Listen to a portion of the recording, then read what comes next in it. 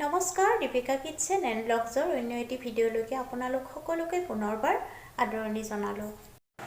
আজি আপোনালোকৰ বাবে লৈ আহিলোঁ মেংগো জুচ চৰ ৰেচিপি। আশা কৰোঁ আপোনালোকে ৰেচিপিটো চাই ভাল পাব আৰু যদিহে ভাল পায় তেন্তে ভিডিঅ'টোত লাইক কমেণ্ট শ্বেয়াৰ আৰু চেনেলটো ছাবস্ক্ৰাইব কৰি কাষতে থকা বেল আইকনটো অন কৰি ৰাখিবলৈ একেবাৰে নাপাহৰিব। আহক তেন্তে ৰেচিপিটোৰ মাজলৈ যাওঁ।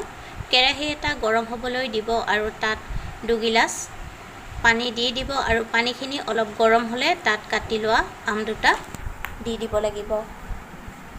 আম দুটা দি ভালকৈ মিহলাই ল'ব।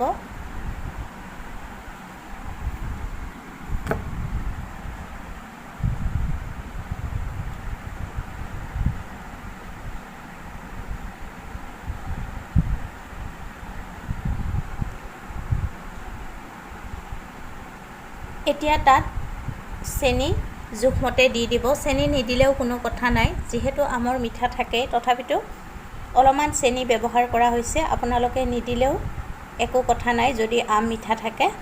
চেনিখিনি দিয়াৰ পিছত ভালকৈ মিহলাই ল'ব। ভালকৈ 10ৰ পৰা 15 মিনিটমান উতলাব লাগিব।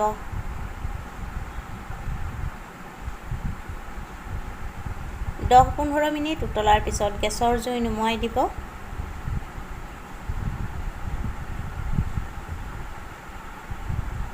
এতিয়া ভালকৈ মেচ কৰি ল'ব। আপোনালোকে ইচ্ছা কৰিলে মিক্সিটো পেষ্ট বনাই ল'ব পাৰিব আৰু নহ'লে এনেকৈ হাতেৰে ভালকৈ মোহাৰি ল'ব।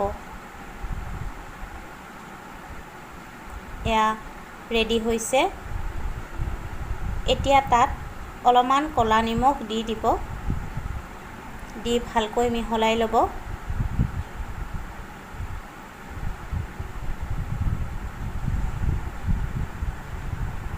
এতিয়া চেকনিৰে ভালকৈ চেকি পেলাব। চেকি নেপেলালেও কোনো কথা নাই, কিন্তু চেকি পেলালে অলপ ভাল আৰু তেতিয়া যিবোৰ আমৰ আঁহ ৰৈ যাব সেইখিনি চেকনিতে ৰখি যাব।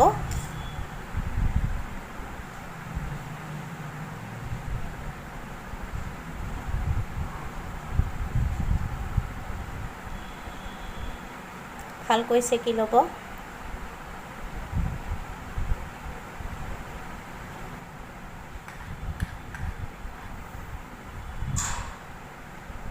এয়া চেকি লোৱা হৈ গৈছে। এতিয়া আপোনালোকে পৰিৱেশন কৰক। ইচ্ছা কৰিলে বৰফৰ টুকুৰাও দিব পাৰিব।